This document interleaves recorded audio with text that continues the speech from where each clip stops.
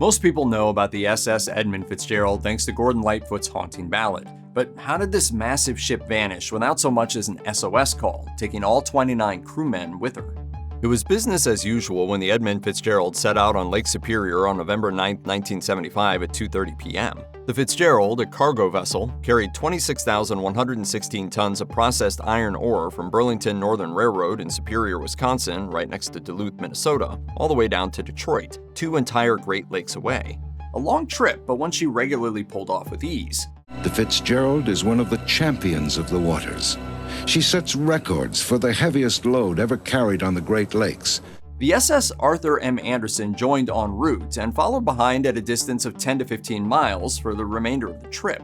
Around 3:30 p.m. the next day, things took a lethal turn. The weather worsened, wind started gusting, snow turned blustery, and sprays of water blocked the Anderson and Captain Bernie Cooper's view of the Fitzgerald.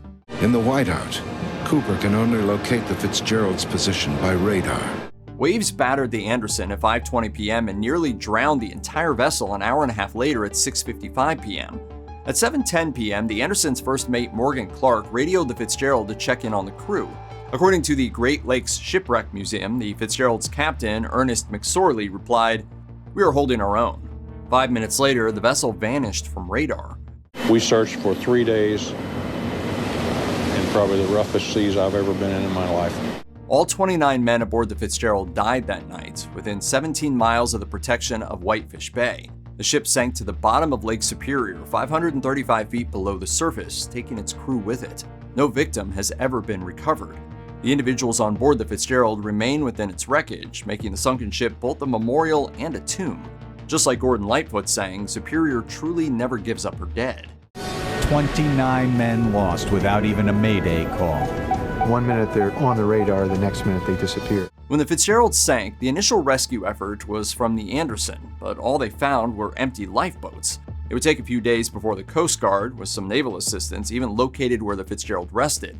They took plenty of pictures, but no efforts were made to lift the wreckage or its crew to the surface. This is usually the case for shipwrecks, provided the wreck doesn't pose a danger to others. It's seen as an act of respect for the dead, especially in wartime.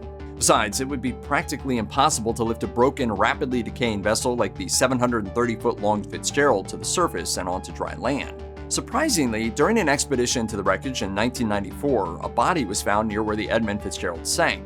The remains were partially dressed in seamen's coveralls, but because the body was found almost 20 years after the vessel sank, there's really no way to confirm its identity.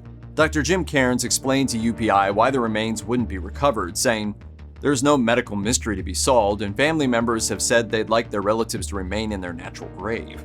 That's the important part here. The surviving family members have made it abundantly clear that they do not wish to have their loved ones raised from the Fitzgerald. The discovery of the body and a quick shot of it in the documentary, which we aren't going to show you because we're just not, remains controversial to this day. If you want to see it, just find it yourself. The Great Lakes Shipwreck Museum acts as an above-water memorial to the victims.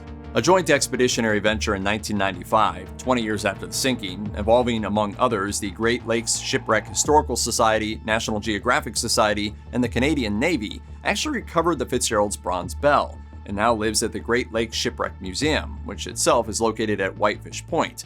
3 crew members, Michael Armagost, Captain Ernest McSorley, and Blaine Wilhelm, have grave markers at different cemeteries. Strictly speaking, these markers are cenotaphs, memorials that look like grave markers, indicating that nothing is buried at that location and the person's bodily remains are either elsewhere or not available for a proper burial. To this day, the exact cause of the Fitzgerald sinking is unknown, despite the horrible weather on that day, mostly because the vessel sank so quickly. The Great Lakes Shipwreck Museum says that human error might have played a role amongst other factors. People keep asking me, well, what caused the loss of the Fitzgerald? And my answer is complacency. But much like the decision to let the Fitzgerald and its crew rest in peace, perhaps such discussions are best left alone.